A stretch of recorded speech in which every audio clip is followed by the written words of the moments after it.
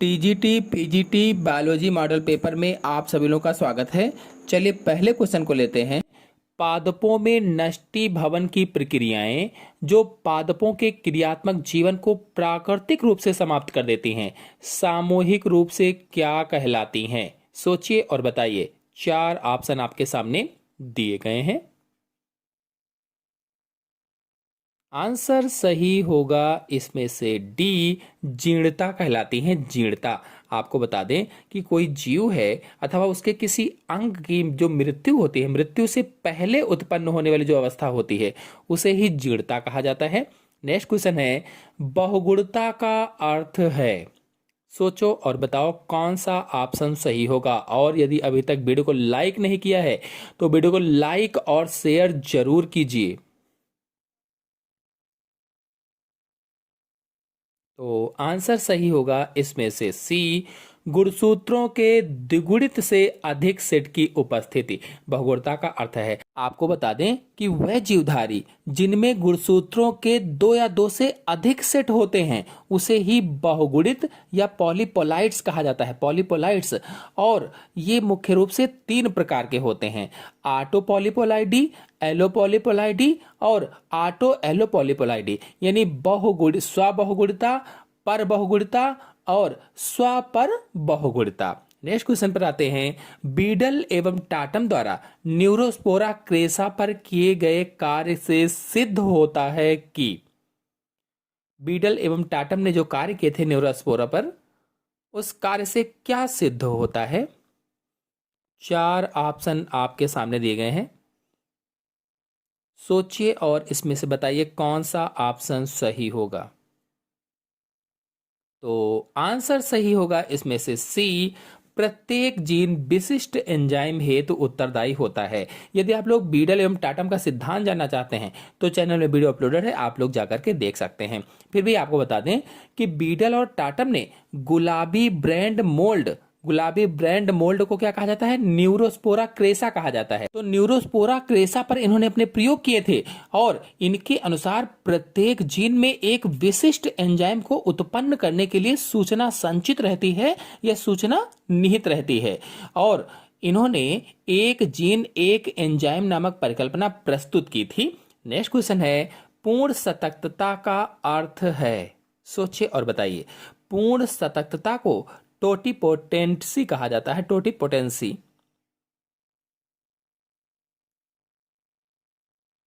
तो इसका आंसर सही होगा बी, कायिक कोशिकाओं द्वारा पूर्ण जीव उत्पन्न करने की क्षमता। और आपको बता दें, टोटिपोटेंसी शब्द मार्गन ने सन 1901 में प्रतिपादित किया था। मार्गन ने 1901 में, याद रखेंगे। और किसी कायिक कोशिका के द्वारा एक संपूर्ण जीव का निर्माण करने की जो क्षमता होती है उसे कोशिकीय पूर्ण सततता कहा जाता है या टोटिपोटेंसी कहा जाता है। नेक्स्ट क्वेश्चन है, टर्मिनेटर जीन तकनीक के द्वारा संभव होता है। सोचिए और बताइए। टर्मिनेटर जीन तकनीक के द्वारा संभव होता है। क्या संभव होता है? आंसर सही होगा इसमें से पहला, एक पीढ़ी के बाद बीज निर्माण पर रोक लगाना। आपको बता दें कि टर्मिनेटर जीन तकनीक वह तकनीक है जिसके द्वारा पादपों में टर्मिनेटर जीन प्रविष्ट कराया जाता है या इंसर्ट कराया जाता है। और इसके कारण एक पादप एक पीढ़ी के बाद बीज उत्पन्न करने में असफल रहते हैं। यानी जो पादप होते हैं वो एक पीढ़ी के बाद में बीज नहीं उत्पन्न कर पाते हैं, जिससे बीज उत्पादक का एक निश्चित पादप जाति पर एकाधिकार बना रहता है या बन जाता है। नेक्स्ट क्वेश्चन है, पेरियंथ प्रदर्शित होता है। सोचिए और बताइए कौन सा ऑप्शन सही होगा। 4 ऑप्शन आपके सामने दिए गए हैं। आपको बता दें, जो पेरियंथ है, ये जो ग्रेमिनिकुल होता है अथवा जो पोएसी कुल होता है, पोएसी कुल में पेरियंथ झिल्ली के समान सल्की लॉडिक्यूल्स होते हैं। सल्की लॉडिक्यूल्स को प्रदर्शित करते हैं कह लीजिए। और लॉडिक्यूल्स सुपीरियर पेलिया के ऊपर तथा विपरीत अवस्था में पाए जाते हैं।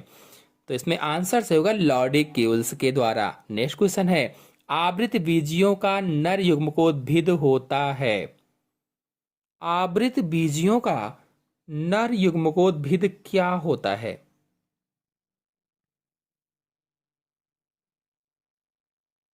तो आंसर सही होगा इसमें से सी, त्रिकोशिकीय होता है, त्रिकोशिकीय। नेक्स्ट क्वेश्चन है, पी प्रोटीन संबंधित है।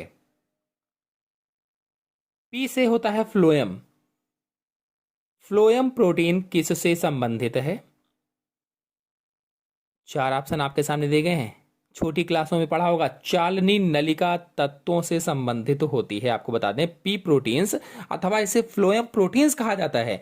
और ये पुष्पी पादपों के फ्लोएम विशेषकर जो चालनी नलिका होती हैं, सीव ट्यूब्स होती हैं, वो सीव ट्यूब्स में पाए जाते हैं। और ये वहीं पर चालनी छिद्रों या सीव स्पोर के द्वारा होने वाले संवहन को रोक सकते हैं।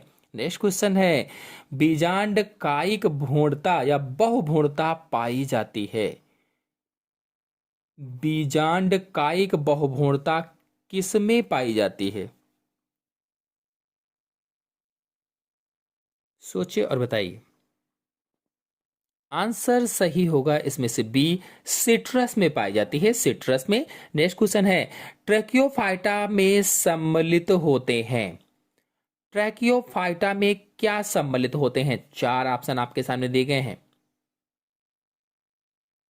और ट्रैकियोफाइटा ऐसे पादप हैं, ऐसे पौधे होते हैं जिनमें संवहन बंडल पाए जाते हैं, संवहन बंडल। तो आंसर सही होगा इसमें से डी, बी तथा सी दोनों, यानी केवल टेरिडोफाइट्स और आवृत बीजी व अनावृत बीजी। आपको बता दें कि इसमें संवहन बंडल पाए जाते हैं, इसीलिए ट्रैकियोफाइटा के अंतर्गत टेरिडोफाइट्स, अनावृत बीजी और आवृत बीजी ये तीनों आते हैं। और आपको बताते चलें कि संवहन बंडल रहित पादप एट्रैकियोफाइट्स कहलाते हैं। संवहन बंडल रहित पादप जो होते हैं उन्हें क्या कहा जाता है? एट्रैकियोफाइट्स कहा जाता है। नेक्स्ट क्वेश्चन है, भिंडी किस कुल से संबंधित पादप है? जो भिंडी है ये किस कुल से संबंधित पादप है?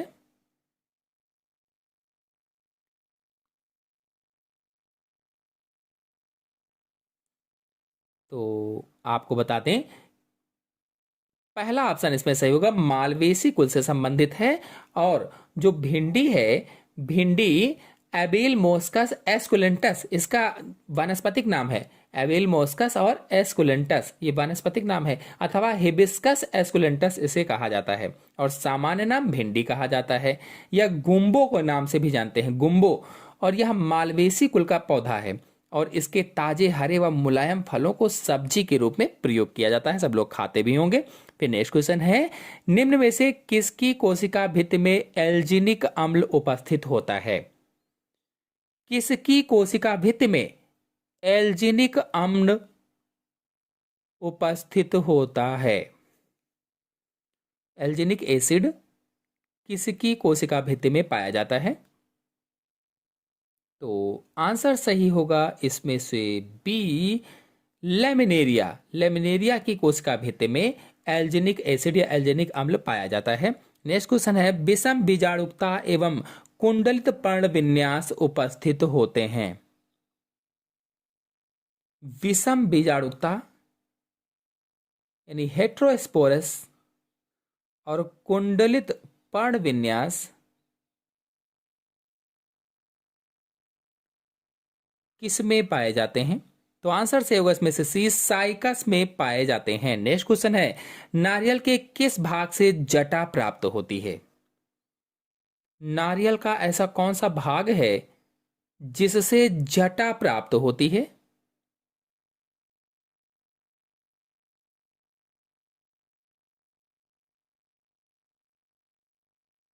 आपको बता दें कि जो नारियल के फल होते हैं, नारियल के फलों की रेशेदार मध्य फल भित्ति जो है इसी से प्राप्त होते हैं, यानी इसमें आंसर सही होगा मध्य फल भित्ति से। और मध्य फल भित्ति को मीसोकार्प कहा जाता है। नेक्स्ट क्वेश्चन है, अति प्रतिबंधित जनन क्षमता कहलाती है, अनरिस्ट्रिक्टेड रिप्रोडक्टिव कैपेसिटी क्या कहलाती है? सोचिए और बताइए। चार ऑप्शन आपके सामने दिए गए हैं, एक ऑप्शन इसमें से सही है। जन्म दर, जैव विभव, वाहन क्षमता, उर्वरता, अति प्रतिबंधित जन्म क्षमता। तो आंसर सही होगा इसमें से बी, जैव विभव या बायोटिक पोटेंशियल कहलाती है। अगर पूछा जाए जैव विभव क्या है या बायोटिक पोटेंशियल क्या है, तो बायोटिक पोटेंशियल वह दर होती है जिस पर किसी निश्चित जाति की समष्टि में वृद्धि होती है। नेक्स्ट क्वेश्चन है, ड्रायोपेटेरिस के पुमाणु होते हैं। ड्रायोपेटेरिस के पुमाणु होते हैं, सोचिए और बताइए।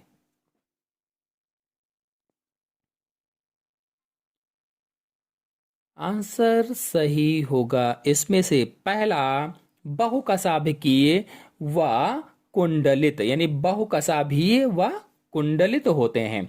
और ड्रायोपेटेरिस के पुमड़, पुमड़ का मतलब होता है एंथ्रोजॉइड्स। जो ड्रायोपेटेरिस है इसके एंथ्रोजॉइड्स बड़े बड़े व कुंडलित होते हैं और बहुकशाभीय होते हैं, जिनमें से एक स्पष्ट थैलीनुमा संरचना होती है, वेस्किल्स होती है, और केंद्रक भी उसमें पाया जाता है, केंद्रक भी उपस्थित होता है। नेक्स्ट क्वेश्चन है, पादप वर्गीकरण की लीनियस पद्धति आधारित है। सोचिए और बताइए। पादप वर्गीकरण की लीनियस पद्धति किस पर आधारित है? आंसर सही होगा इसमें से सी, पुष्पीय लक्षणों पर आधारित है। नेक्स्ट क्वेश्चन है, अदरक में कायिक जनन होता है। किसके द्वारा अदरक में कायिक जनन होता है? आपको बता दें कि अदरक का वानस्पतिक नाम जिंजिबर ऑफिसिनल है। साइंटिफिक नाम क्या है? जिंजिबर ऑफिसिनल है। और अदरक एक प्रकंद होता है, प्रकंद राइजोम होता है, और अदरक में कायिक जनन प्रकंद के द्वारा होगा। नेक्स्ट क्वेश्चन है, पादपों में बसंतीकरण की आवश्यकता को प्रतिस्थापित करने वाला हार्मोन है। देखिए, जो बसंतीकरण है इसे अंग्रेजी में वर्नलाइजेशन कहा जाता है। अगर आप लोग बसंतीकरण पर वीडियो देखना चाहते हैं तो मेरे चैनल में अलग वीडियो अपलोडेड है, आप लोग जाकर के देख लीजिए, समझ लीजिए, अच्छे से समझ में आ जाएगा, चित्र सही समझाया गया है। तो इसमें आंसर सही होगा सी, जिब्रेलिन। नेक्स्ट क्वेश्चन है, निम्नलिखित में से कौन सा अंतिम इलेक्ट्रॉन ग्राही है? अंतिम इलेक्ट्रॉन ग्राही कौन सा है, बताना है। तो इसमें आंसर सही होगा बी, आणविक O2। नेक्स्ट क्वेश्चन है, सहपत्र है रूपांतरित। सहपत्र किसका रूपांतरण है? तो सहपत्र पत्ती का रूपांतरण होता है, पत्ती का, और इसके अक्ष में पुष्प व पुष्प क्रम विकसित होते हैं। और अगर आप लोग पुष्प क्या है, पुष्प क्रम क्या है, इस पर वीडियो देखना चाहते हैं तो मेरे चैनल में वीडियो अपलोडेड है, आप लोग जाकर के अच्छे से समझ सकते हैं। और जो सहपत्र होते हैं ये तेज रंग वाले होते हैं, जिसके कारण इन्हें भूलवश लोग पुष्प दल भी समझ लेते हैं। सबसे सूक्ष्म आवृत बीजी पुष्प है। 4 ऑप्शन दिए गए हैं, बताना है सबसे छोटा पुष्प कौन सा होता है। तो आंसर सही होगा इसमें से पहला, वोल्फिया संसार का सबसे छोटा पुष्प है। ये जो 4 ऑप्शन है इसमें सबसे छोटा पुष्प है वोल्फिया। इसका व्यास लगभग 1 मिलीमीटर होता है, 1 मिलीमीटर व्यास का होता है, और संसार का सबसे छोटा पुष्प आप इसको कह सकते हैं।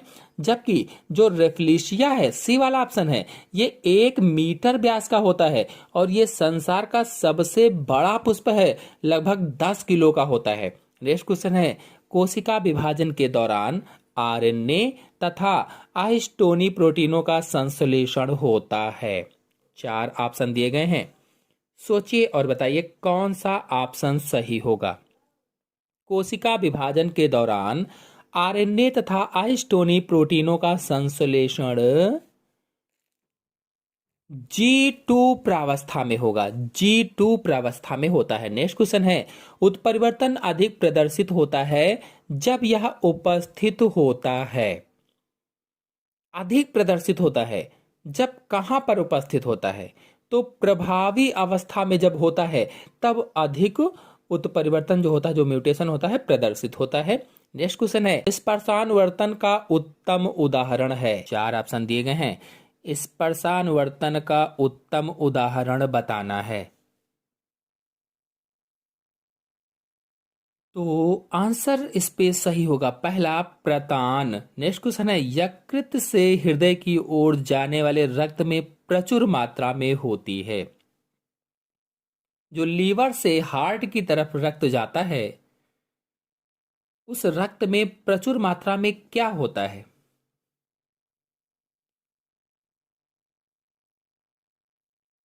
आंसर सही होगा इसमें से बी, यूरिया होता है, यूरिया। नेक्स्ट क्वेश्चन है, प्लाज्मिड्स उपस्थित होते हैं। प्लाज्मिड्स किस पर उपस्थित होते हैं? तो आंसर सही होगा इसमें से बी, जीवाणुओं में पाए जाते हैं, जीवाणुओं में प्लाज्मिड उपस्थित होते हैं। नेक्स्ट, ऑक्सीजन का विघटन वक्र होता है। ऑक्सीजन का विघटन वक्र कहा गया है।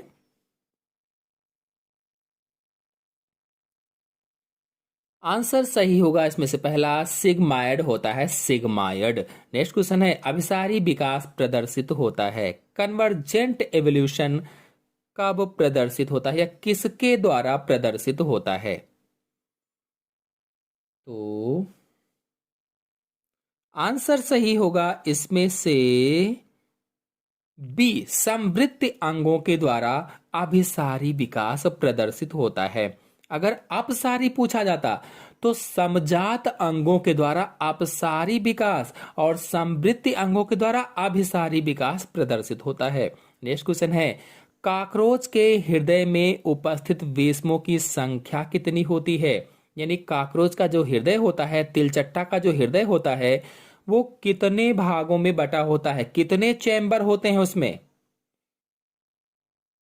तो आपको बता दें कि काकरोच का हृदय एक स्पंदनशील सकरी नली के समान होता है, स्पंदनशील सकरी की नली के जैसा होता है, जिसका पिछला सिरा बंद रहता है और अगला सिरा खुला होता है, और यह कीप के आकार के 13 कोष्ठों का बना होता है। 13, इसका मतलब इसमें कितने बेस में होंगे? तो 13, डी वाला ऑप्शन सही होगा। नेक्स्ट क्वेश्चन है, मधुमक्खियों में ड्रोन्स होते हैं। ड्रोन्स क्या होते हैं? सोचिए और बताइए। आंसर सही होगा इसमें से बी, उर्वर नर होते हैं। जो ड्रोन्स हैं, मधुमक्खियों के छत्ते में पाए जाने वाले फर्टाइल मेल होते हैं, फर्टाइल या उर्वर नर होते हैं, जो अनिषेक जनन द्वारा उत्पन्न होते हैं या पार्थेनोजेनेसिस के द्वारा उत्पन्न होते हैं। नेक्स्ट क्वेश्चन है, कालर कोशिकाओं की उपस्थिति निम्नलिखित में से किसका अभिलक्षण है? चार ऑप्शन आपके सामने दिए गए हैं, केचुए का, गोल कृमि का, सिलेंट्रेट्स का, स्पंजों का, किसका अभिलक्षण है?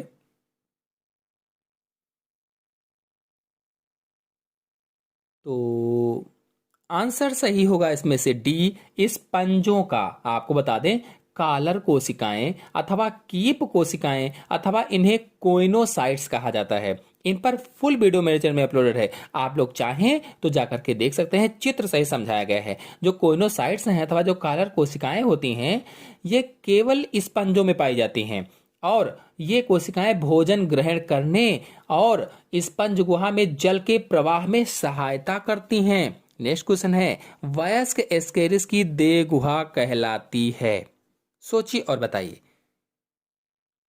वयस्क जो एस्केरिस होती है, उसकी देह गुहा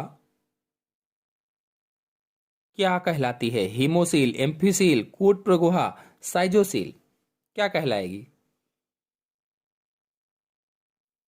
तो आंसर सही होगा इसमें से सी, कूट प्रगुहा या स्यूडोसील कहलाती है।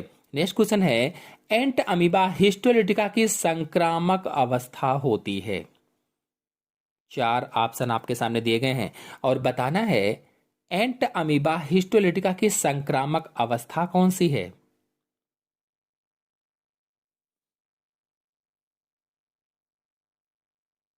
तो आंसर सही होगा इसमें से सी, चतुष्केंद्रकीय पुटी अवस्था जो होती है, टेट्रा न्यूक्लिएटेड सिस्ट स्टेज जो होती है ये मनुष्य के मल से बाहर निकलती है और यही संक्रामक अवस्था होती है। नेक्स्ट क्वेश्चन है, कास्मिड होता है। कास्मिड क्या होता है?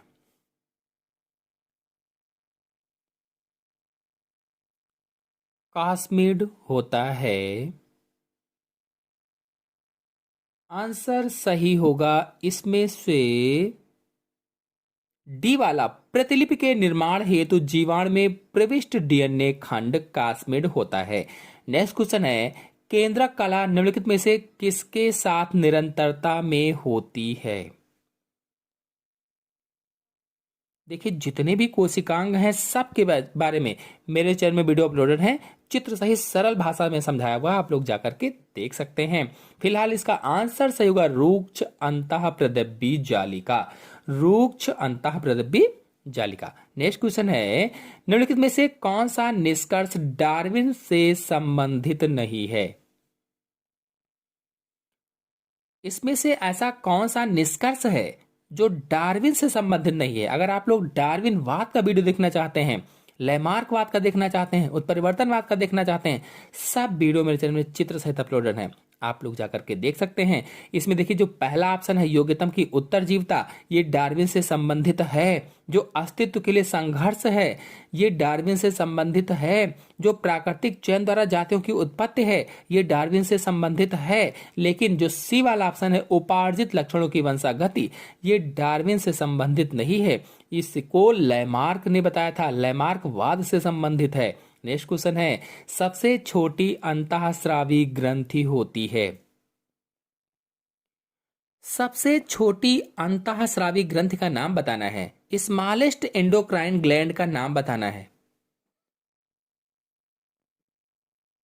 कौन सी होगी? Thyroid, parathyroid, pituitary, adrenal? सबसे छोटी अंतःस्रावी ग्रंथि पिट्यूटरी ग्रंथि होती है, जिसे मास्टर ग्रंथि के नाम से भी जाना जाता है। आपको बता दें, पिट्यूटरी ग्रंथि जो है ये अग्र मस्तिष्क जो हमारा होता है, अग्र मस्तिष्क के डायनसेफ्लान नामक भाग में पाई जाती है। या कह लीजिए कि डायनसेफ्लान नामक जो भाग है, उस भाग के नीचे एक दीवार होती है खोपड़ी की, स्फेनाइड जो गुहा है, उसमें सेला टर्सिका नामक जो गर्त होता है, सेला टर्सिका नामक गर्त में लटकी रहती है। नेक्स्ट क्वेश्चन है, निम्नलिखित में से किसका श्रावण तंत्रिका स्रावी तंत्र की एक्सान के नियंत्रण में होता है? किस चीज का श्रावण तंत्रिका स्रावी तंत्र की एक्सान के नियंत्रण में होता है? अगर आप लोग तंत्रिका कोशिका पर वीडियो देखना चाहते हैं तो मेरे चैनल में वीडियो अपलोडेड है, आप लोग जाकर के देख सकते हैं। तंत्रिका तंत्र पूरा अपलोडेड है, नर्वस सिस्टम पूरा अपलोडेड है। आंसर सही होगा डी, पश्च पिट्यूटरी से। नेक्स्ट क्वेश्चन है, फेरोमोन्स होते हैं। फेरोमोन्स क्या होते हैं? इस पर पिछले मॉडल पेपर में भी एक क्वेश्चन आया था, तो आंसर सही होगा इसमें से बी, जंतुओं में संप्रेषण हेतु उत्पन्न होने वाले रसायन होते हैं। नेक्स्ट क्वेश्चन है, डार्विन द्वारा प्रतिपादित सिद्धांत है। डार्विन के द्वारा प्रतिपादित सिद्धांत का नाम बताना है। तो प्राकृतिक चयन का सिद्धांत डार्विन ने प्रतिपादित किया था, जबकि उपार्जित लक्षणों की वंशागति का सिद्धांत लैमार्क ने प्रतिपादित किया था। नेक्स्ट क्वेश्चन, परख नली शिशु को उत्पन्न करने के लिए भ्रूण को कौन सी अवस्था में स्त्री के शरीर में रोपित किया जाता है? परख नली शिशु को पैदा करने के लिए, उत्पन्न करने के लिए भ्रूण को कौन सी अवस्था में, किस स्टेज में स्त्री के शरीर में रोपित किया जाता है? तो आंसर सही होगा इसमें से पहला, 32 कोशिकीय अवस्था में। अगर आप लोग परख नली शिशु पर वीडियो देखना चाहते हैं तो मेरे चैनल में अपलोडेड है, आप लोग जाकर के देख सकते हैं। नेक्स्ट क्वेश्चन है, सशक मनुष्य और अन्य प्लेसेंटल स्तनियों में अंडे का निषेचन होता है। जो सशक है यानी जो खरगोश है, जो मनुष्य है और जो अन्य प्लेसेंटल स्तनधारी होते हैं, स्तनी होते हैं, इनमें अंडे का निषेचन किसमें होता है? तो हम सभी लोग जानते हैं फैलोपियन नलिकाओं में होता है। फैलोपियन नलिका यानी अंडवाहिनी में होता है या ओविडक्ट में होता है। नेक्स्ट क्वेश्चन है, विनिमय होता है क्रॉसिंग ओवर किस स्टेज में होता है? तो आंसर सही होगा चतुर्सूत्री अवस्था में, 4 स्टैंडर्ड स्टेज में होता है। नेक्स्ट क्वेश्चन है, मनुष्यों में X0 प्रकार के गुणसूत्रीय सामान्यता के कारण उत्पन्न होता है। मनुष्यों में X0 प्रकार की गुणसूत्रीय असामान्यता के कारण उत्पन्न होता है। सोचिए और बताइए। आंसर सही होगा इसमें से पहला, टर्नर सिंड्रोम। अगर आप लोग किसी भी सिंड्रोम पर वीडियो देखना चाहते हैं, चाहे वो टर्नर सिंड्रोम हो, चाहे वो डाउन सिंड्रोम हो, चाहे क्लाइनफेल्टर सिंड्रोम हो, हर सिंड्रोम पर मेरे चैनल में वीडियो अपलोडेड है, आप लोग जाकर के देख सकते हैं। सभी सिंड्रोम को चित्र सहित मैंने डिटेल से समझाया हुआ है। आपको बता दें, टर्नर सिंड्रोम जो है ये एक लिंग गुणसूत्र के कम हो जाने के कारण होता है। एक लिंग गुणसूत्र कम हो जाता है, इसलिए एक्स की जगह पर 0 हो गया, X0 हो गया है। और इस सिंड्रोम से पीड़ित रोगी हमेशा स्त्री होती है। पीड़ित रोगी कौन होगा? हमेशा स्त्री होती है, जिसमें कुल गुणसूत्र 45 हो जाते हैं, अर्थात 44 का एक गुणसूत्र व एक लिंग गुणसूत्र बच्चा और दूसरा खत्म हो जाता है, समाप्त हो जाता है, X0 हो जाता है। नेक्स्ट क्वेश्चन है, निम्नलिखित में से कौन सा आर्निथिन चक्र के घटक हैं? आर्निथिन चक्र के घटक का नाम बताना है। यह क्वेश्चन पिछले मॉडल पेपर में पूरा पूरा था। तो आंसर सही होगा इसमें से B, ornithine, citrulline, arginine. Next question है, मास्ट कोशिकाओं द्वारा श्रावण होता है। मास्ट कोशिकाओं के द्वारा श्रावण, तो आंसर सही होगा इसमें से सीरोटोनिन का, हिपेरिन का, हिस्टामिन का, इन तीनों का श्रावण मास्ट कोशिकाओं के द्वारा होता है, अर्थात आंसर से होगा डी, उपरोक्त सभी का। नेक्स्ट क्वेश्चन है, मकड़ी का नाइट्रोजनी वर्ज्य उत्पाद होता है। नाइट्रोजनी वर्ज्य पदार्थ क्या होता है मकड़ी का? तो आंसर सही होगा इसमें से सी, ग्वानिन होता है। आपको बता दें कि इन्हें ग्वानोटिलिक जंतु भी कहा जाता है। जो मकड़ियां होती हैं, चूंकि इनका उत्सर्जी पदार्थ ग्वानिन होता है, इसीलिए इन्हें ग्वानोटिलिक जंतु भी कहा जाता है। और ग्वानिन न्यूक्लियोटाइड्स उपापचय का एक वर्ज्य उत्पाद है। नेक्स्ट क्वेश्चन है, जीवन की प्रारंभिक अवस्था में थाइमस ग्रंथि के निष्कासन अथवा अनुपस्थिति के कारण उत्पन्न होती है। क्या उत्पन्न होती है? 4 ऑप्शन आपके सामने दिए गए हैं। ऑप्शन सही होगा इसमें से लिम्फोसाइट्स की कमी, एंटीबॉडीज की कमी, लिम्फ नोड्स की कमी, ये अनुपस्थित के कारण उत्पन्न होते हैं। यानी कि इस उपरोक्त सभी वाला ऑप्शन सही हो जाएगा। नेक्स्ट क्वेश्चन है, अस्थि मज्जा निर्मित होता है। अस्थि मज्जा किसके द्वारा निर्मित होता है?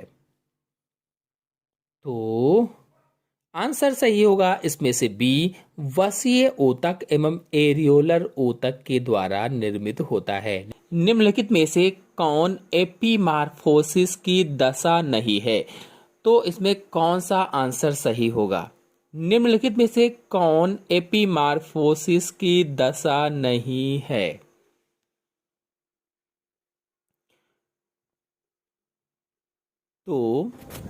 तो इसका आंसर सही होगा ए, कोशिकाओं के छोटे गुच्छों द्वारा शुक्राणुओं का निर्माण। आपको बता दें कि एपीमार्फोसिस क्या होती है।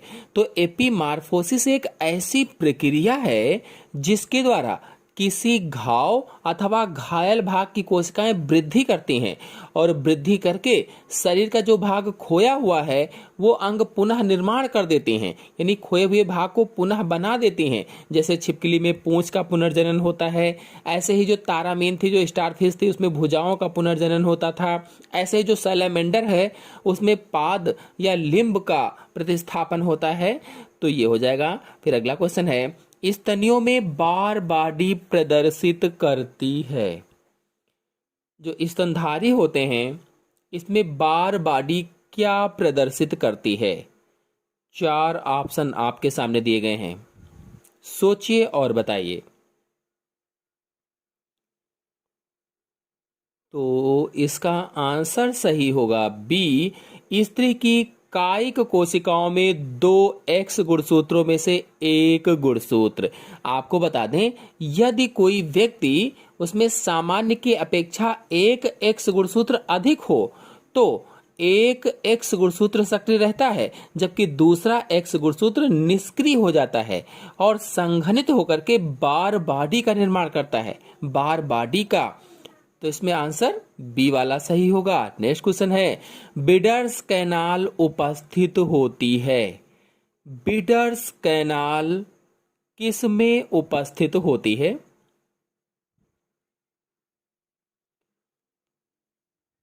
सोचिए और बताइए। तो आंसर सही होगा इसमें से बी, नर मेढक में बिडर्स कैनाल उपस्थित होती है। नर मेढक में आपको बता दें कि जो बिडर्स कैनाल है ये नर मेढक में तो उपस्थित होती ही है, साथ में शुक्राणुओं को मार्ग प्रदान करने का भी कार्य करती है। मार्ग। नेक्स्ट क्वेश्चन है, सशक की जाइगोमैटिक आर्च का निर्माण होता है। जो सशक में जाइगोमैटिक आर्च होती है उसका निर्माण होता है। 4 ऑप्शन दिए गए हैं, सोचिए और बताइए।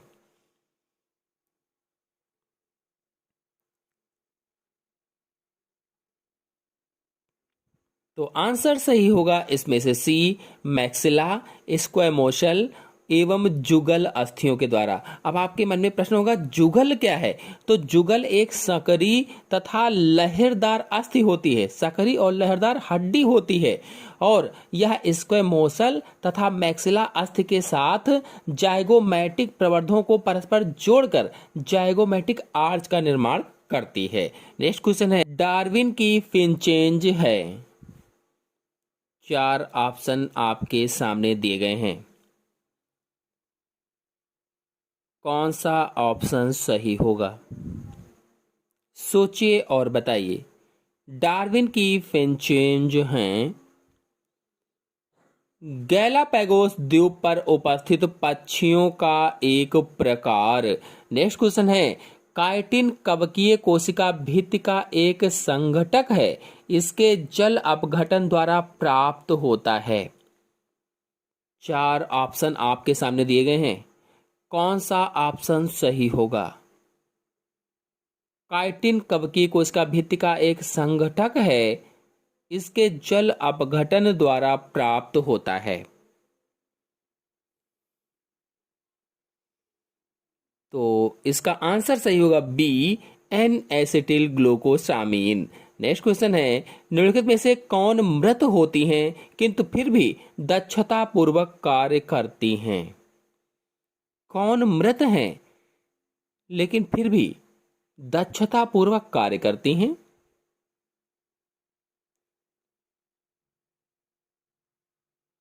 तो आंसर सही होगा इसमें से पहला, चालनी नलिकाएं या सेप ट्यूब्स। आपको बता दें, जो चालनी नलिकाएं हैं ये सेलुलोज की पतली भित्ति वाली होती हैं, सेलुलोज की पतली भित्ति वाली, और ये परिपक्व अवस्था में केंद्रक रहित होती हैं, यानी केंद्रक नहीं होता है इनमें, और ये फ्लोएम का संवाहक होती हैं, कंडक्टिंग एलिमेंट्स होती हैं।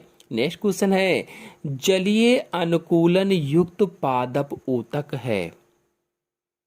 जलीय अनुकूलन युक्त पादप ऊतक का नाम बताना है।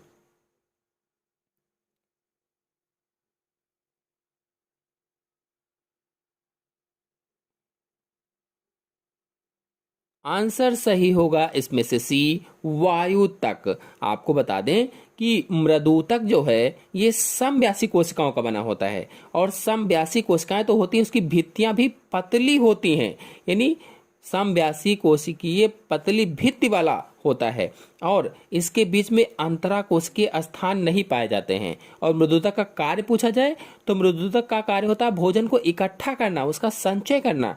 लेकिन जो जलीय पौधे होते हैं, जो जल में पाए जाते हैं, तो उन पौधों में जो मृदुतक होता है उसमें कुछ वायु अवकाश उत्पन्न हो जाते हैं, एयर स्पेसेस उत्पन्न हो जाते हैं। और इस प्रकार के मृदुतक को वायु तक कहा जाता है या एरन काइमा कहा जाता है। और ये जलीय पौधों को प्लवन में सहायता करता है। प्लवन यानी तैरने में हेल्प करता है।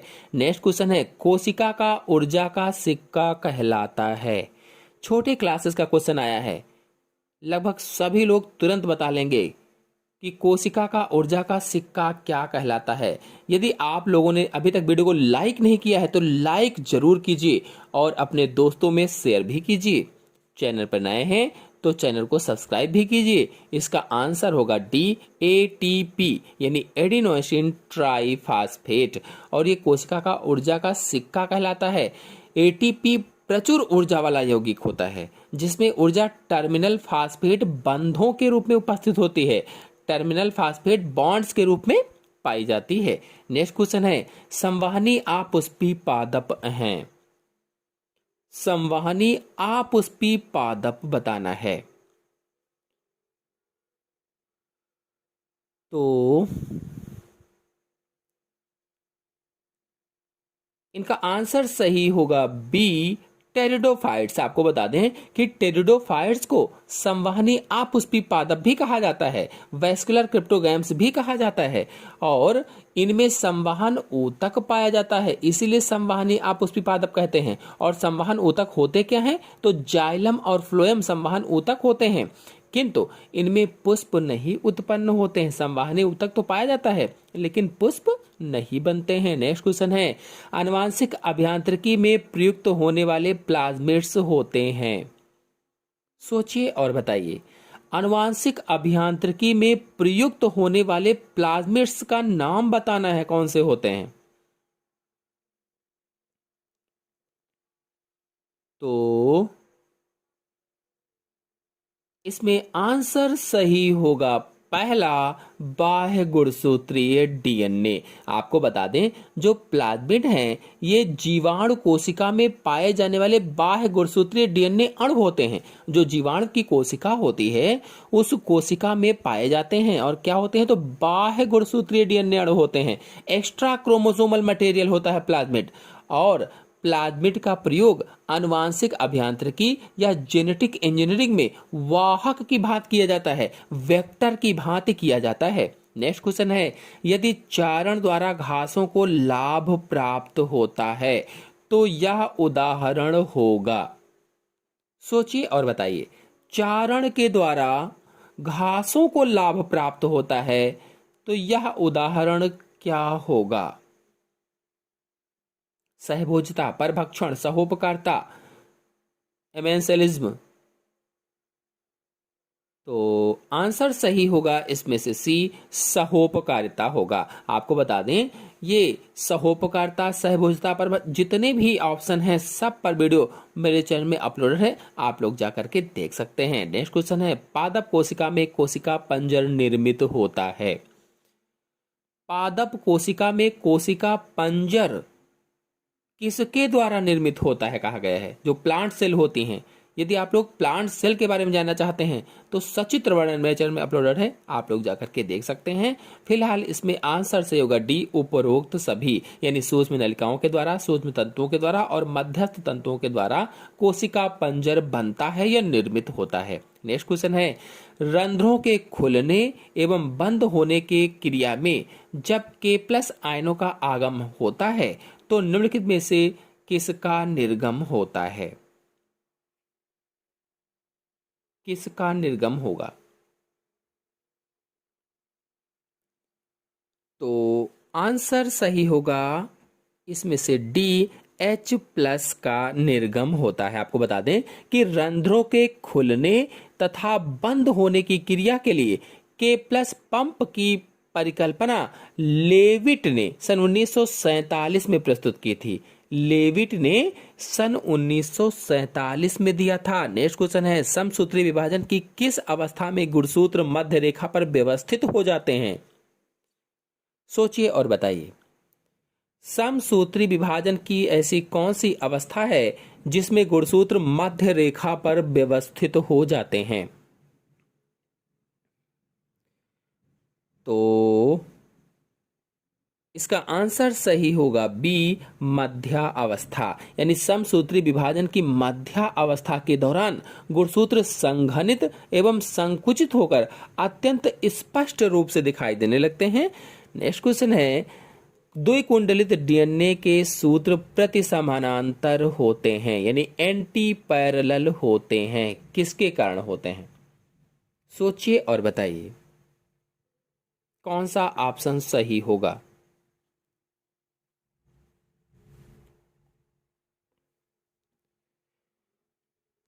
तो ऑप्शन सही होगा इसमें से पहला, फास्फोडाइस्टर बंधों के कारण। और आपको बता दें कि डीएनए न्यूक्लियोटाइड अणुओं का द्विसूत्री बहुलक होता है, न्यूक्लियोटाइडों का बहुलक होता है। और डीएनए के द्विकुंडलन में दोनों पॉलीन्यूक्लियोटाइड विपरीत दिशाओं में, यानी जो दोनों पॉलीन्यूक्लियोटाइड चेन होती हैं ये विपरीत दिशाओं में होती हैं, एक दूसरे के एंटी पैरेलल होती हैं। और प्रत्येक पॉलीन्यूक्लियोटाइड श्रृंखला या चेन में फास्फेट समूह फास्फोडाइस्टर बंधों द्वारा एक शर्करा 3 कार्बन अणु को तथा दूसरी शर्करा 5 कार्बन अणु से जोड़ता है। यानी फास्फोडाइस्टर बंध किसके बीच होता है? तो 3 कार्बन से 5 कार्बन के बीच में होता है। और किसमें? तो दो न्यूक्लियोटाइड के बीच में। नेक्स्ट क्वेश्चन है, जलाशयों में सुपोषण का कारण है। जो जलाशय होते हैं उसमें सुपोषण का कारण क्या है?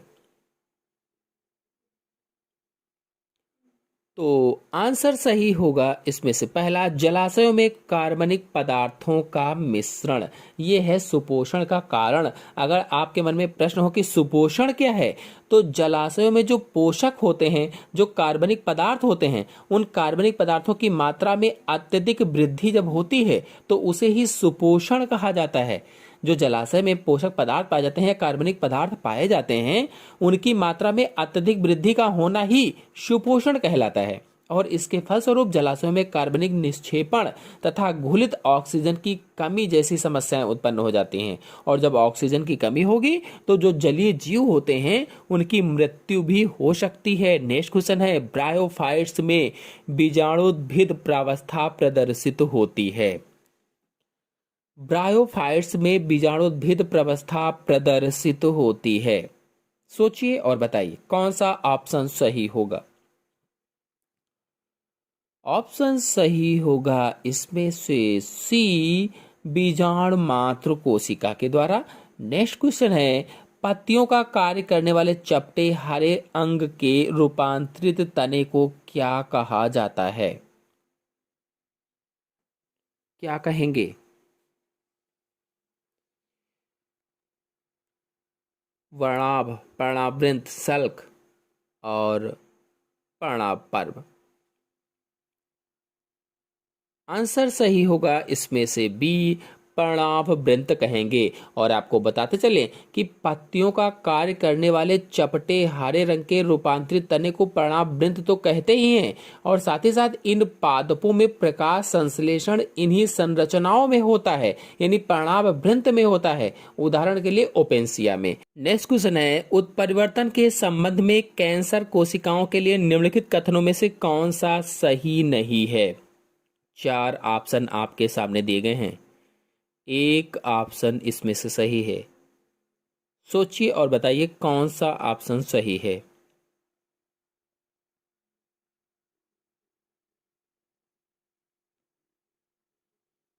तो इसमें आंसर सही होगा सी, उत्परिवर्तन टीलोमरेज के उत्पादन को संदमित करता है। जो टीलोमरेज है इसके उत्पादन को संदमित करता है। नेक्स्ट क्वेश्चन है, हरित लवक में प्रोटॉन की अधिकतम संख्या कहाँ पाई जाती है? जो हरित लवक होता है इसमें प्रोटॉन की अधिकतम संख्या कहाँ पाई जाती है? तो आंसर सही होगा पहला, थैलेक्वाइड की अवकाशिका में पाई जाती है। अवकाशिका में आपको बता दें कि हरित लवक में प्रोटॉन की अधिकतम संख्या थैलेक्वाइड की अवकाशिका में, और प्रकाश संश्लेषण के प्रकाशीय अवस्था की सभी क्रियाएं हरित लवक में स्थित थैलेक्वाइड में ही पूर्ण होती हैं। यानी प्रकाशीय अवस्था या प्रकाशीय क्रिया की सभी क्रियाएं हरित लवक के थैलेक्वाइड्स में पूर्ण होती हैं। नेक्स्ट क्वेश्चन है, कौन सा ऊतक अपनी स्थिति से सही सही मैच करता है? ऐसा कौन सा ऊतक है जो अपनी स्थिति से सही सही मैच करता है? सोचिए और बताइए।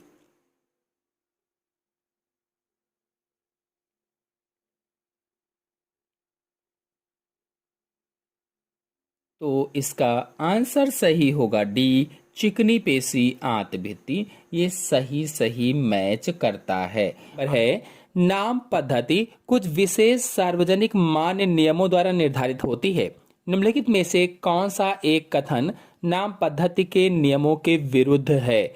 इनमें से ऐसा कौन सा कथन है जो द्विनाम पद्धति के नियमों के विरुद्ध है? सोचिए और बताइए। तो इसमें कौन सा ऑप्शन सही होगा? तो ऑप्शन सही होगा इसमें से डी, जैविक नाम को किसी भी भाषा में लिखा जा सकता है।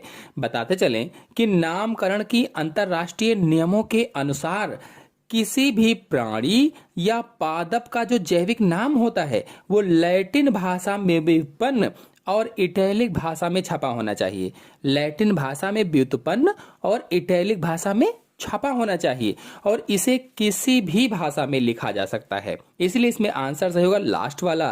नेक्स्ट क्वेश्चन है, हार्मोनों के निम्नलिखित युग्मों में से कौन सा युग्म एक दूसरे का विरोधी नहीं है? नहीं पर जरूर आप ध्यान देंगे। इन हार्मोनों के युग्मों में से कौन सा युग्म एक दूसरे का विरोधी नहीं है? यानी कौन सा युग्म एक दूसरे के विपरीत प्रभाव वाला नहीं है? विपरीत प्रभाव वाला नहीं है, बताना है। तो इसका आंसर आप लोग कमेंट बॉक्स में दीजिएगा। चलिए अगले क्वेश्चन पर आते हैं। अर्धसूत्री विभाजन में जीन विनिमय किस अवस्था में होता है? अर्धसूत्री जो विभाजन होता है इसमें जीन विनिमय किस स्टेज में होता है? सोचिए और बताइए। आपको बता दें कि अर्धसूत्री विभाजन में जीन विनिमय अथवा क्रॉसिंग ओवर स्थूल पट्ट अवस्था में होता है। स्थूल पट्ट, और स्थूल पट्ट को अंग्रेजी में पैचिटीन कहा जाता है। यानी पैचिटीन अवस्था में क्रॉसिंग ओवर की प्रक्रिया होती है, और इस क्रिया में नर व मादा के गुणसूत्रों के कुछ भागों की अदला बदली भी हो जाती है। नर और मादा के गुणसूत्र आपस में कुछ भाग उनके अदल बदल भी जाते हैं। नेक्स्ट क्वेश्चन है, द्वार कोशिकाओं को घेरने वाली विशिष्टीकृत बाह्य त्वची कोशिकाओं को क्या कहा जाता है? ये द्वार कोशिकाएं कहाँ होती हैं? तो रंध्र अथवा स्टोमेटा में द्वार कोशिकाएं पाई जाती हैं। और कहा गया है कि द्वार कोशिकाओं को घेरने वाली विशिष्टीकृत बाह्य त्वची कोशिकाओं को क्या कहते हैं? तो इसमें आंसर सही होगा पहला, सहायक कोशिकाएं। यानी रंध्रों के द्वार कोशिकाओं को घेरने वाली विशिष्टीकृत बाह्य त्वची कोशिकाओं को सहायक कोशिकाएं कहा जाता है, और सहायक कोशिकाओं में हरित लवक नहीं पाए जाते हैं। नेक्स्ट क्वेश्चन है, प्रति आविष्ट टीकों में पूर्व निर्मित प्रतिरक्षी होते हैं, जबकि पोलियो की बूंदों में जिन्हें मुंह के द्वारा दिलाया जाता है या डाला जाता है क्या होते हैं? 4 ऑप्शन आपके सामने दिए गए हैं। जल्दी से सोचिए और चैट बॉक्स में रिप्लाई दीजिए कि इसमें कौन सा आंसर सही होगा। 79 में कौन सा आंसर सही होगा? सभी लोगों को गुड मॉर्निंग, और सभी लोगों ने अभी तक वीडियो को लाइक नहीं किया है तो लाइक जरूर कीजिए, और वीडियो को अपने दोस्तों में शेयर भी कीजिए। आंसर सही होगा इसमें से सी, छीण कर दिए गए रोगजनक। नेक्स्ट क्वेश्चन है, मानवों में निषेचन प्रक्रिया व्यवहारिकता तभी संभव होगी जब। सोचिए और बताइए। और जब तक कि आंसर सोच रहे हैं वीडियो को लाइक जरूर कीजिए, अपने दोस्तों में शेयर भी कीजिए। मानवों में निषेचन प्रक्रिया व्यवहारिकता तभी संभव होगी जब, कौन सा ऑप्शन सही होगा? चैट बॉक्स में रिप्लाई करेंगे। बहुत से लोग कमेंट बॉक्स में रिप्लाई करते हैं, तो सभी को चैट बॉक्स में रिप्लाई देना है। आंसर सही होगा इसमें से पहला, अंडाणु और शुक्राणुओं का स्थानांतरण फैलोपियन नली के एम्पुलरी स्तमिक संगम पर एक ही समय पर हो तो। नेक्स्ट क्वेश्चन है, टैक पॉलीमरेज एंजाइम किससे प्राप्त किया जाता है? जो टैक पॉलीमरेज एंजाइम है ये किससे प्राप्त किया जाता है? सोचिए और बताइए। 4 ऑप्शन आपके सामने दिए गए हैं, इनमें से कौन सा ऑप्शन सही होगा? और आपको बता दें कि इसका आंसर सही होगा D, Thermus aquaticus. Thermus aquaticus. आपको बताते चलें कि टैक पॉलीमरेज नामक एंजाइम को थर्मस एक्वेटिकस नामक जीवाणु से पृथक किया जाता है और यह पॉलीमरेज श्रृंखला अपक्रिया के लिए उपयोगी होता है। नेक्स्ट क्वेश्चन पर आते हैं, निम्नलिखित में से कौन सा एक प्रारंभिक प्रकूट है? प्रारंभिक कोडान का नाम बताना है, कौन सा होता है? तो सोचिए और बताइए कि इसमें से कौन सा ऑप्शन सही होगा। प्रारंभिक कोडान कौन सा होगा?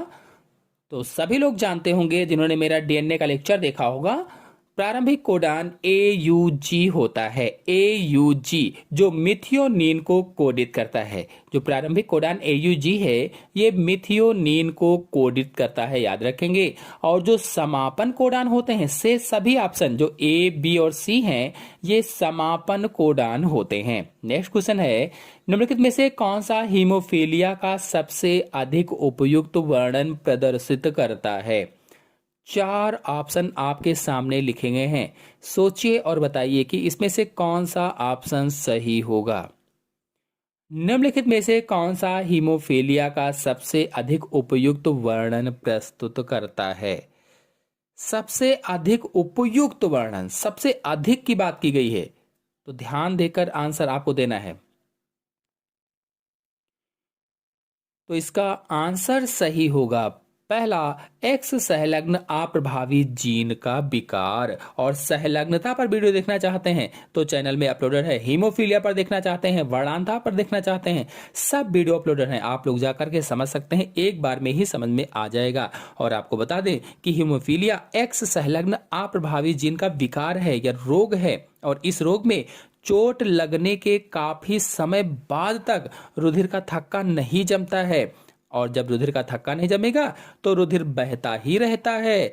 नेक्स्ट क्वेश्चन है, तंबाकू के पौधे का कौन सा भाग मिलोइडगोइन इंकोग्निटा द्वारा संक्रमित होता है? संक्रमित होता है, कौन सा भाग होगा? सोचिए और बताइए कौन सा ऑप्शन इसमें से सही होगा। यदि आप लोगों ने अभी तक वीडियो को लाइक नहीं किया है तो लाइक कीजिए और अपने सभी दोस्तों में, ज्यादा से ज्यादा दोस्तों को शेयर कीजिए। तो इसका आंसर सही होगा जड़ अथवा रूट। नेक्स्ट क्वेश्चन पर आते हैं, एक नदी में जब कार्बनिक अपशिष्ट से भरपूर घरेलू वहितमल बहकर गिरता है तो उसका परिणाम क्या होगा? कोई नदी है, उसमें यदि कार्बनिक अपशिष्ट भरपूर मात्रा में घरेलू वहितमल बहकर गिरता है तो उसका परिणाम क्या होगा? तो इसका आंसर सही होगा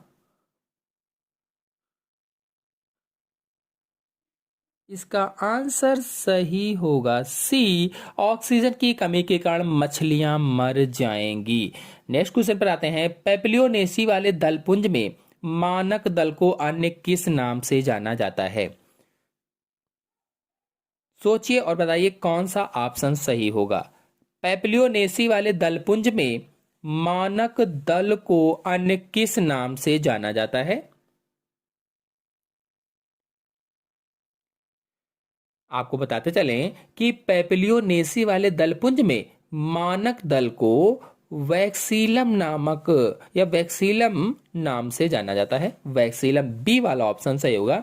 नेक्स्ट क्वेश्चन है, निम्नलिखित में से कौन सा कथन विरॉइड या वायरॉइड के विषय में गलत है? वायरॉइड पर मेरे चैनल में फुल वीडियो अपलोडेड है, चित्र सही समझाया है, आप लोग जाकर के देख सकते हैं कि वायरॉइड्स क्या होते हैं, और यहाँ पर बताना है कि निम्नलिखित में से कौन सा वायरॉइड के विषय में गलत है। कौन सा ऑप्शन गलत है ये बताना है। तो आंसर सही होगा इसमें से सी, उनका आरएनए उच्च आणविक भार वाला होता है। नेक्स्ट क्वेश्चन है, जीवन की उत्पत्ति के संदर्भ में दो कथन दिए गए हैं, उपरोक्त कथनों में से कौन सा निम्नलिखित कथन सही है। उपरोक्त कथनों को पढ़िए और पढ़कर ऑप्शन में से आपको बताना है कि कौन सा कथन या कौन सा ऑप्शन सही है। इस तरीके के प्रश्नों को ध्यान से पढ़ेंगे, ध्यान से इनका आंसर देंगे। आंसर इसमें सही होगा बी, एक और दो दोनों ही सही हैं, यानी दोनों ऑप्शन सही हैं। नेक्स्ट क्वेश्चन है, मानव नेत्र में प्रकाश संवेदी यौगिक बना होता है। जो मानव नेत्र है इसमें प्रकाश संवेदी यौगिक बना होता है। सोचिए और बताइए, प्रकाश संवेदी यौगिक किससे बना होता है। चार ऑप्शन आपके सामने लिखे हैं, एक ऑप्शन सही है इसमें से। तो आंसर सही होगा इसमें से पहला ऑप्शन, और रेटिनल से बना होता है। नेक्स्ट क्वेश्चन है, मृदा संरचना और उर्वरकता में सुधार लाने के लिए फसलों को फलीदार पौधों या घास चारागाह के साथ बदलकर लगाने को क्या कहा जाता है। यानी फसलों को फलीदार पौधों के साथ अदल बदल कर लगाना या लेग्यूम के साथ अदल बदल कर लगाना क्या कहलाता है, वो भी घास चारागाह के साथ। तो इसका आंसर कौन सा सही होगा। आपको बता दें कि मृदा संरचना व उर्वरता में सुधार लाने के लिए फसलों को फलीदार पौधों या घास चारागाह के साथ बदल कर लगाने को ले फार्मिंग कहा जाता है। ले फार्मिंग या ले खेती कहा जाता है, इसलिए इसमें ऑप्शन सही होगा डी वाला, ले खेती। नेक्स्ट क्वेश्चन है, स्पर्धी अपवर्जन का गॉसे नियम कहता है कि स्पर्धी अपवर्जन का गॉसे नियम क्या कहता है, बताना है। बड़े बड़े से चार ऑप्शन आपके सामने दिए गए हैं, सोचिए और बताइए कि स्पर्धी अपवर्जन का गॉसे नियम क्या कहता है। तो इसका आंसर सही होगा बी, कोई भी दो स्पीसीज एक ही निकेत में असीमित अवधि के लिए नहीं रह सकती, क्योंकि सीमाकारी संसाधन समान ही होते हैं। नेक्स्ट क्वेश्चन है, मानव नेत्र में पारदर्शी लेंस किसके द्वारा अपने स्थान पर रहता है। यदि आप लोग मानव नेत्र पर फुल वीडियो देखना चाहते हैं तो चैनल में अपलोडेड है, चित्र सहित समझाया है, आप जाकर के अच्छे से समझ सकते हैं मानव नेत्र के बारे में। आंसर इसमें बताना है कि मानव नेत्र में पारदर्शी लेंस किसके द्वारा अपने स्थान पर रहता है, कौन रोकने का कार्य करता है उसको। तो आंसर सही होगा इसमें से सी, पश्चमाभ काय से जुड़े स्नायु के द्वारा। नेक्स्ट क्वेश्चन है, निम्नलिखित में से कौन से विशिष्ट लक्षण हमेशा ही जंतुओं के अनुरूपी वर्ग में पाए जाते हैं। इनमें से कौन से ऐसे विशिष्ट लक्षण हैं जो हमेशा ही जंतुओं के अनुरूपी वर्ग में पाए जाते हैं, सोचिए और बताइए। तो ऑप्शन सही होगा इसका डी, उपास्थि अंतःकंकाल कॉन्ड्रिक्थिस। और आपको बता दें कि उपास्थि अंतःकंकाल मछलियों में पाया जाता है। नेक्स्ट क्वेश्चन है, निम्नलिखित में से कौन सा हार्मोन अमीनो अम्ल से व्युत्पन्न होता है। ऐसा कौन सा हार्मोन है जो अमीनो अम्ल से व्युत्पन्न होता है, सोचिए और बताइए।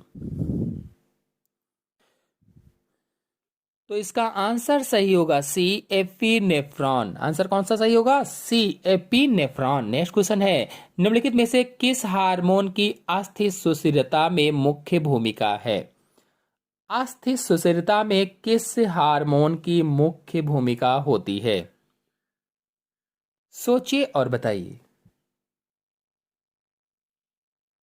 तो इसका आंसर सही होगा पहला, एस्ट्रोजन तथा पैराथायराइड हार्मोन की।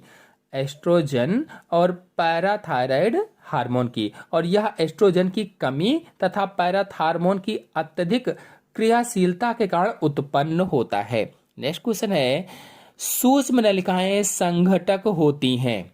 चार ऑप्शन आपके सामने लिखे गए हैं और पूछा गया है सूक्ष्म नलिकाएं किसकी संघटक होती हैं? सोचिए और बताइए।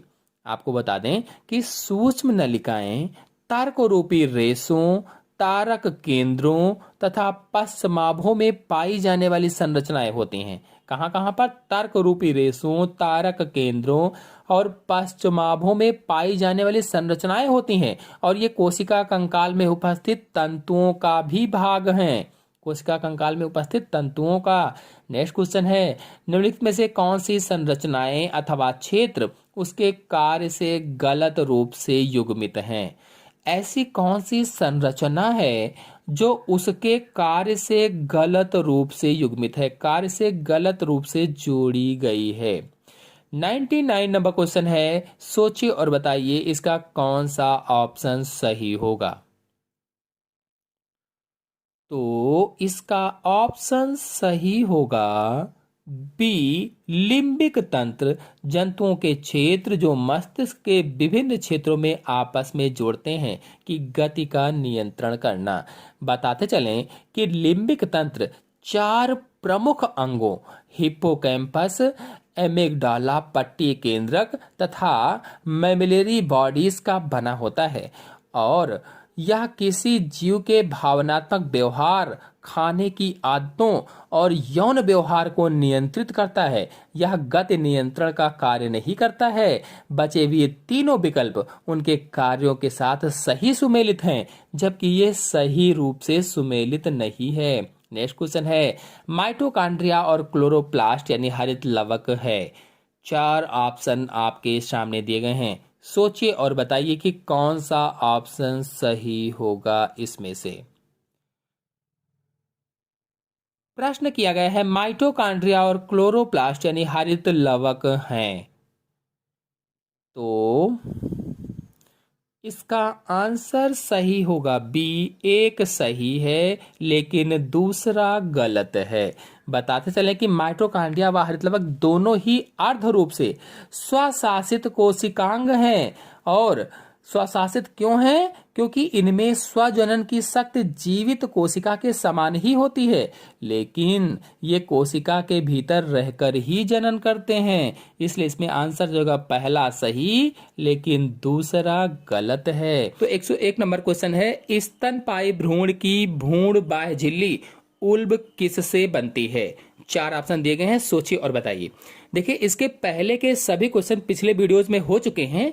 आज 101 नंबर से लास्ट तक यानी 125 तक जाएंगे। तो सोचिए और बताइए। आंसर बताते बताते वीडियो को लाइक और शेयर जरूर कीजिए। सभी लोगों को गुड मॉर्निंग। वीडियो को लाइक और शेयर जरूर करें। तो इसका आंसर सही होगा सी, बाह्य त्वचा एवं मध्य जन स्तर। आपको बता दें, जो स्तनधारी होते हैं या स्तनपायी भ्रूण की भ्रूण बाह्य झिल्ली उल्ब, बाह्य जनन स्तर और मध्य जनन स्तर की बनी होती है, और यह एक अतिरिक्त भ्रूणी झिल्ली होती है, एक्स्ट्रा एम्ब्रियोनिक मेम्ब्रेन होती है, जो अंदर की ओर बाह्य त्वची उत्पत्ति वाली एम्नियोजेनिक कोशिकाओं तथा बाहर की ओर सोमैटोप्लूरिक झिल्ली के द्वारा बनी हुई होती है। और अगर इसका कार्य पूछा जाए तो भ्रूण को बाहरी आघातों से बचाती है, और भ्रूण को तापमान, जो भ्रूण का तापमान होता है उसका नियमन करती है, और भ्रूण को सूखने से भी बचाती है। नेक्स्ट क्वेश्चन है, सगर्भता को बनाए रखने के लिए अपरा कौन से हार्मोन स्रावित करती है? देखिए, सगर्भता पर मेरे चैनल में फुल वीडियो अपलोडेड है, अपरा पर फुल वीडियो अपलोडेड है। आप लोग चाहें तो जाकर के देख सकते हैं, अच्छे से समझ सकते हैं। फिलहाल इसमें आंसर आपको बताना है कि कौन सा सही होगा। तो आंसर सही होगा इसमें से पहला HCG/HPL प्रोजेस्टेरॉन एस्ट्रोजन, यानी अपरा भ्रूण तथा मां के गर्भाशय भित्ति के बीच पदार्थों का आदान प्रदान करने की संरचना होती है एक, और यह अंतःस्रावी ग्रंथि की तरह से कार्य करती है। और ह्यूमन कोरियोनिक गोनेडोट्रोपिक यानी HCG human chorionic gonadotropic hormone progesterone स्रावित करने के लिए कार्पस प्लूटियम को उत्तेजित करती है, और ह्यूमन प्लेसेंटल लैक्टोजन का श्रावण भी करती है। ह्यूमन प्लेसेंटल लैक्टोजन और प्रोजेस्टेरॉन तथा एस्ट्रोजन भ्रूणीय वृद्धि को अवलंबन भी देती है। तो ये पहला ऑप्शन सही हो जाएगा। फिर अगला क्वेश्चन है, शुक्राणुजन एवं शुक्राणुयन में क्या अंतर है? सोचिए और बताइए, बड़े बड़े से ऑप्शन दिए गए हैं। आंसर बताना है, शुक्राणुजन एवं शुक्राणुयन में क्या अंतर है? देखिए, शुक्राणु जनन पर मेरे चैनल में वीडियो अपलोडेड है, आप लोग चाहें तो देख सकते हैं। यानी स्पर्मेटोजेनेसिस, oogenesis सब पर वीडियो अपलोडेड है, आप लोग चाहें तो जाकर के चित्र सहित समझ सकते हैं।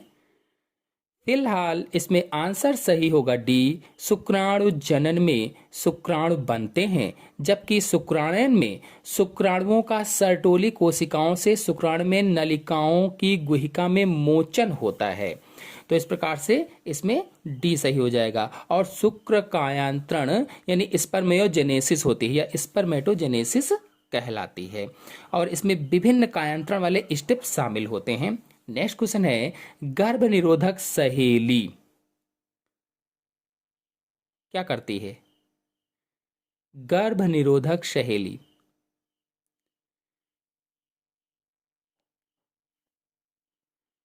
तो आंसर सही होगा इसमें से सी, गर्भाशय में एस्ट्रोजन ग्राही को अवरुद्ध करती है और अंडों के रोपण को रोकती भी है। और यह एक प्रकार की छोटी गोली होती है जो पहले 3 सप्ताह में 2 बार, लेकिन बाद में सप्ताह में 1 बार ली जाती है। नेक्स्ट क्वेश्चन है, सिलिएट्स अन्य सभी प्रोटोजोअन्स से किस प्रकार भिन्न हैं? जो सिलिएट्स होते हैं वे अन्य सभी प्रोटोजोअन्स से किस तरह से भिन्न होते हैं, किस तरह से अलग होते हैं, यानी अंतर बताना उनमें क्या होता है।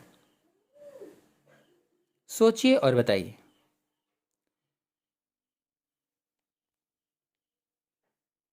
तो आंसर सही होगा, इनमें से 2 प्रकार के केंद्रक होते हैं, लास्ट वाला डी वाला। नेक्स्ट क्वेश्चन है, बेलामेन ऊतक पाया जाता है। बेलामेन ऊतक किस में पाया जाता है?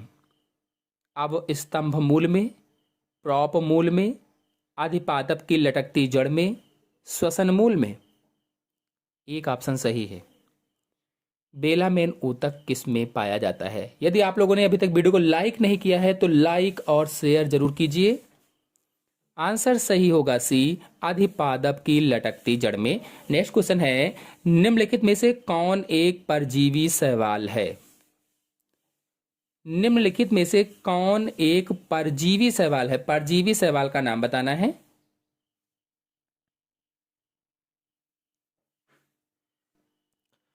तो इसका आंसर सही होगा बी, सेफेल्यूरास। और सेफेल्यूरास एक परजीवी शैवाल है, पैरासिटिक एल्गी है, जो चाय के पौधों पर परजीवी होती है, और यह चाय पर लाल किट रोग यानी रेड रस्ट ऑफ टी उत्पन्न करता है, जिससे चाय उद्योग को भारी हानि होती है। नेक्स्ट क्वेश्चन है, वेदिकाकरण मृदा संरक्षण की प्रभावी क्रिया विधि है। सोचिए और बताइए कौन सा ऑप्शन सही होगा, किस क्षेत्र के लिए वेदिकाकरण प्रभावी क्रिया विधि है और किस लिए होती है? तो मृदा संरक्षण के लिए। तो आंसर सही होगा इसमें से बी, पहाड़ी क्षेत्र के लिए, यानी वेदिकाकरण मृदा संरक्षण की प्रमुख विधि होती है, और इस विधि के द्वारा पहाड़ों से तेज गति से बहने वाले जल को रोककर मृदा संरक्षण के साथ ही साथ फसलों का उत्पादन भी किया जाता है। और इसकी संरचना देखने में सीढ़ी जैसे होती है, जैसे सीढ़ी होती है, इसीलिए इसे सीढ़ीदार या फिर वेदिकाकरण कहा जाता है। और यह प्रक्रिया पहाड़ों व पहाड़ियों वाले क्षेत्रों में अपनाई जाती है, जिससे मृदा कटाव कम होगा और मृदा में उपस्थित तत्व मृदा में बने रहने के कारण फसलों को लाभ भी होता रहेगा। नेक्स्ट क्वेश्चन है, युक्तांकपी पुंकेसर पाया जाता है। युक्त कापी पुंकेसर किस में पाया जाता है? 4 ऑप्शन आपके सामने दिए गए हैं। किस कुल में पाया जाता है बताना है।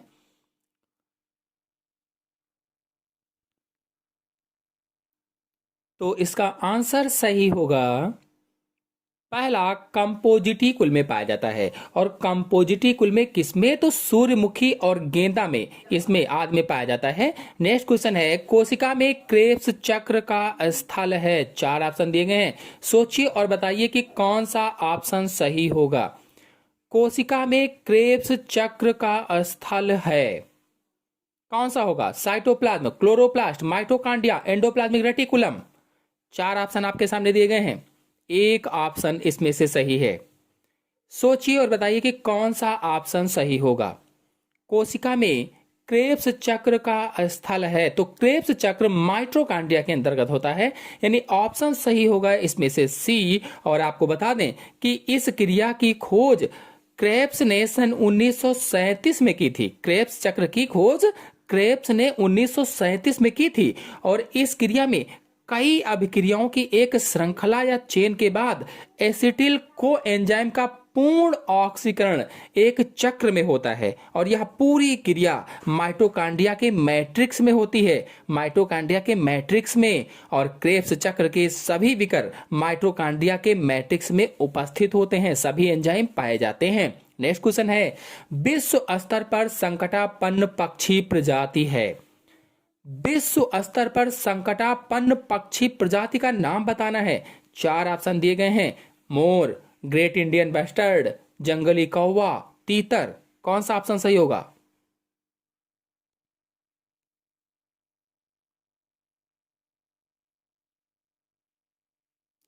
तो इसका ऑप्शन सही होगा बी, ग्रेट इंडियन बस्टर्ड। आपको बता दें कि भारत में इसके शिकार पर प्रतिबंध है। हाल ही में भारत सरकार द्वारा इसके संरक्षण पर 108.25 करोड़ रुपए खर्च करने का प्रावधान किया गया है। और यह पक्षी उड़ने वाला सबसे भारी पक्षियों में से एक है। जितने पक्षी उड़ते हैं उनमें सबसे भारी पक्षी उड़ने वाला।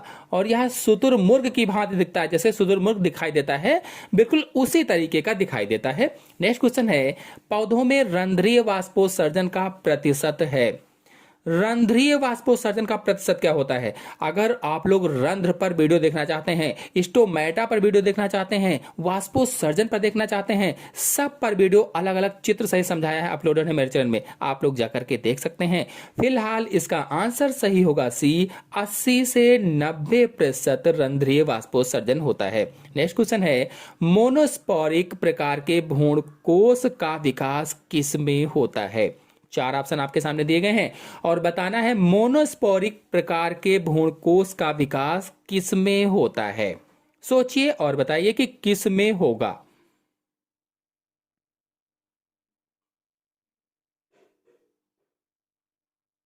आपको बता दें कि मोनोस्पोरिक भ्रूणकोश एक ऐसा भ्रूणकोश होता है जिसके विकास में से 4 में से केवल एक बीजाणु भाग लेता है। यानी मोनोस्पोरिक भ्रूणकोश के विकास में 4 में से केवल एक बीजाणु भाग लेता है। और यह 2 प्रकार का होता है, पॉलीगोनम प्रकार का भ्रूण और दूसरा है आइनोथीरा प्रकार का भ्रूणकोश। तो इसमें आंसर सही होगा पॉलीगोनम। नेक्स्ट क्वेश्चन है, तालाबों में पादप प्लवक कार्य करते हैं, किस रूप में कार्य करते हैं? जो तालाब होते हैं, पॉन्ड्स होते हैं, उसमें पादप प्लवक कार्य करते हैं। सोचिए और बताइए। तो इसका आंसर सही होगा पहला, उत्पादों के रूप में, एज ए प्रोड्यूसर के रूप में, as a producer. Next question है, क्लोरोफिल का अंगभूत इनमें से कौन सा है? अंगभूत इनमें से कौन सा है बताना है। Mg, Zn, Mn, Fe कौन सा होगा? 4 ऑप्शन दिए गए हैं। तो आपको बता दें कि हरित लवक जो होता है, हरित लवक हरे रंग के वर्णक होते हैं और इनकी खोज सिम्पर नामक वैज्ञानिक ने की थी। अगर आप लोग हरित लवक पर वीडियो देखना चाहते हैं, क्लोरोप्लास्ट पर देखना चाहते हैं, तो चैनल में अपलोडेड है, सभी कोशिकांगों पर अपलोडेड है, आप लोग जाकर के देख सकते हैं, समझ सकते हैं। और इनमें से हरे रंग का वर्णक पर्णहरिम होता है। हरे रंग का वर्णक क्या है? पर्णहरिम, जो हरित लवक में पाया जाता है। और इसी कारण जो पत्तियां होती हैं, पौधे होते हैं, वो हरे हरे दिखाई देते हैं। और इनमें थैलेक्वाइड के ढेर को ग्रेनम कहा जाता है। जो थैलेक्वाइड के ढेर होते हैं उसे क्या कहते हैं? ग्रेनम कहते हैं। तो मैग्नीशियम जो है पर्णहरिम की संरचनात्मक इकाई होती है। जो मैग्नीशियम है, इसका मतलब आंसर इसमें से होगा Mg। पर्णहरिम की संरचनात्मक इकाई या अंगभूत इकाई होती है। नेक्स्ट क्वेश्चन है, वैगस तंत्रिका होती है। वैगस तंत्रिका क्या होती है? 4 ऑप्शन आपके सामने दिए गए हैं और बताना है वैगस तंत्रिका होती है। तो आंसर सही होगा इसमें से सी, 10वीं कपाली तंत्रिका वैगस तंत्रिका कहलाती है। और यह सबसे बड़ी क्रेनियल नर्व होती है, सबसे बड़ी क्रेनियल नर्व।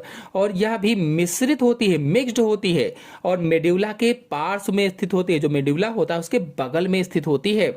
और इसके चालक तंतु वायु मार्गों, फेफड़ों, ग्रासनली, हृदय, आमाशय, आंत, पित्ताशय आदि को जाते हैं। और संवेदी तंतु लगभग इन्हीं सब अंगों से संवेदनाओं को मेडुला तथा पोन्स में लाते हैं। नेक्स्ट क्वेश्चन है, स्टेटोसिस्ट पाई जाती है। स्टेटोसिस्ट किस में पाई जाती है?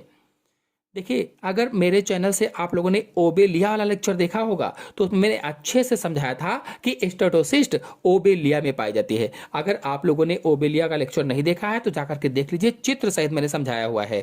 और स्टेटोसिस्ट एक संवेदी अंग होता है जो शरीर का संतुलन बनाने का कार्य करता है या संतुलन बनाने में मदद करता है। या कुछ जलीय आकशेरुकियों जैसे निडेरियन है, एकाइनोडर्मेट है, सिफेलोपोड है, क्रेस्टेशियंस हैं आदि में पाया जाता है। नेक्स्ट क्वेश्चन है, एकाइनोडर्म या सल युक्त जीवों के प्ल्यूटस लार्वा की विशेषता है। प्ल्यूटस लार्वा की विशेषता क्या होती है? 4 ऑप्शन आपके सामने दिए गए हैं, सोचिए और बताइए कि कौन सा ऑप्शन सही होगा। तो इसमें ऑप्शन सही होगा डी, उपरोक्त में से कोई सही नहीं है। आपको बता दें कि प्ल्यूटस लार्वा जो कि कुछ इकाइनोडर्म में पाया जाता है, उपरोक्त में से किसी का लक्षण नहीं है। इकाइनोडर्म संघ या इकाइनोडर्मेटा संघ के वर्ग इकाइनाइडिया के जंतुओं जैसे कौन सा जंतु? इकाइनस में पाई जाती है ये। और इसका चबाने का अंग होता है। यह अंग चलन में भी सहायता करता है।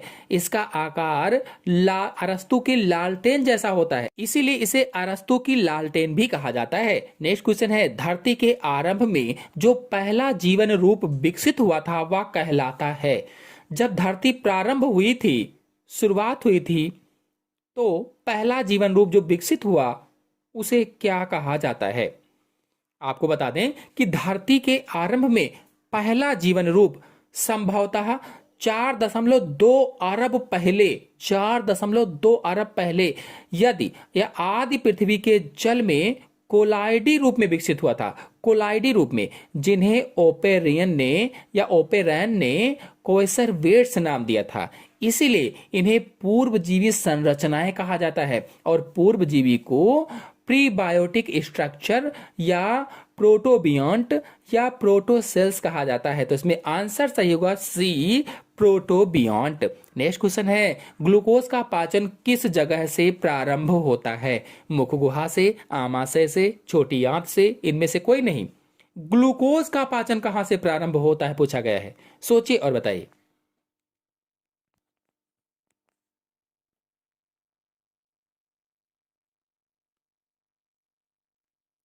तो आंसर सही होगा इसमें से पहला, ग्लूकोज का पाचन मुख गुहा अथवा बक्कल कैविटी से प्रारंभ होता है और विभिन्न प्रवस्थाओं से गुजरते हुए छोटी आंत में पूर्ण रूप से इसका अवशोषण होता है। नेक्स्ट क्वेश्चन है, रक्त पट्टिकाणुओं का उत्पादन नियंत्रित होता है। रक्त पट्टिकाण जो होते हैं ये रक्त का थक्का बनाने में सहायता करते हैं, रक्त का थक्का जमाने में हेल्प करते हैं। सोचिए और बताइए, रक्त पट्टकाणुओं का उत्पादन नियंत्रित होता है, किसके द्वारा होता है?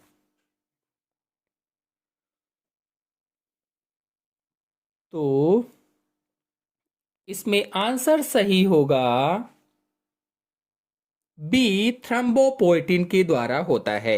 नेक्स्ट क्वेश्चन है, पॉइंट म्यूटेशन होता है। पॉइंट म्यूटेशन क्या होता है बताना है। चार ऑप्शन आपके सामने दिए गए हैं और पॉइंट म्यूटेशन का नाम बताना है, क्या होगा या क्या होता है पॉइंट म्यूटेशन।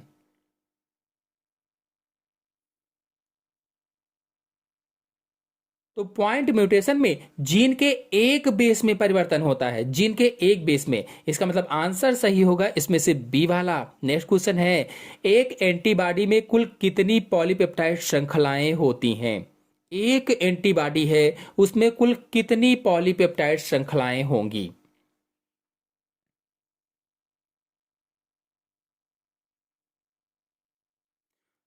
तो आंसर सही होगा इसमें से बी, एक एंटीबॉडी में कुल 4 पॉलीपेप्टाइड श्रृंखलाएं होती हैं। इम्यूनोग्लोबुलिन का प्रत्येक मॉलिक्यूल वाई आकार का होता है, जिसमें 4 पॉलीपेप्टाइड श्रृंखला के साथ डाइसल्फाइड बंध के साथ जुड़ा होता है। नेक्स्ट क्वेश्चन है, ज्वाला कोशिकाओं का संबंध है श्वसन से, उत्सर्जन से, पोषण से, पाचन से। सभी लोग जानते होंगे जिन्होंने हमारे संघ वाले लेक्चर देखे हैं, फाइलम जब हम शुरू किए थे लेक्चर में। ज्वाला कोशिकाओं का संबंध किससे है?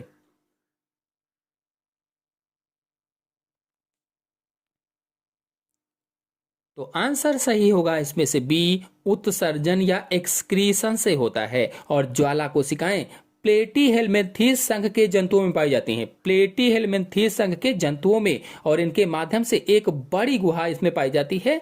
और इसमें फ्लैजिला भी होते हैं और फ्लैजिला के कुछ सिरे आपस में मिल जाते हैं। अगर इसके बारे में पूरी जानकारी चाहते हैं तो ज्वाला कोशिकाओं पर मेरे चैनल में वीडियो अपलोड है, आप लोग जाकर के देख सकते हैं, समझ सकते हैं।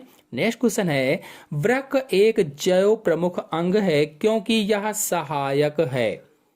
एक जैव प्रमुख अंग है तो यह सहायक है किस कार्य में? पहला दिया गया है शरीर में द्रव के नियमन में, दूसरा है आम्ल क्षार संतुलन के नियमन में, तीसरा है उपापचयी अपशिष्टों के निष्कासन में, और चौथा है इनमें से सभी कार्यों में। आपको बता दें, वृक्क एक जैव प्रमुख अंग होते हैं क्योंकि वह शरीर के द्रव के नियमन, आम्ल क्षार संतुलन के नियमन और उपापचयी अपशिष्टों के निष्कासन में भाग लेते हैं। इसका मतलब आंसर सही होगा इसमें से डी, इनमें से सभी कार्यों में। तो 125 क्वेश्चन पूरे हो गए हैं। आशा है आप सभी लोगों को वीडियो पसंद आया होगा। पसंद आया हो तो वीडियो को लाइक और शेयर कीजिए। चैनल पर नए हैं तो चैनल को सब्सक्राइब कर लीजिए। धन्यवाद।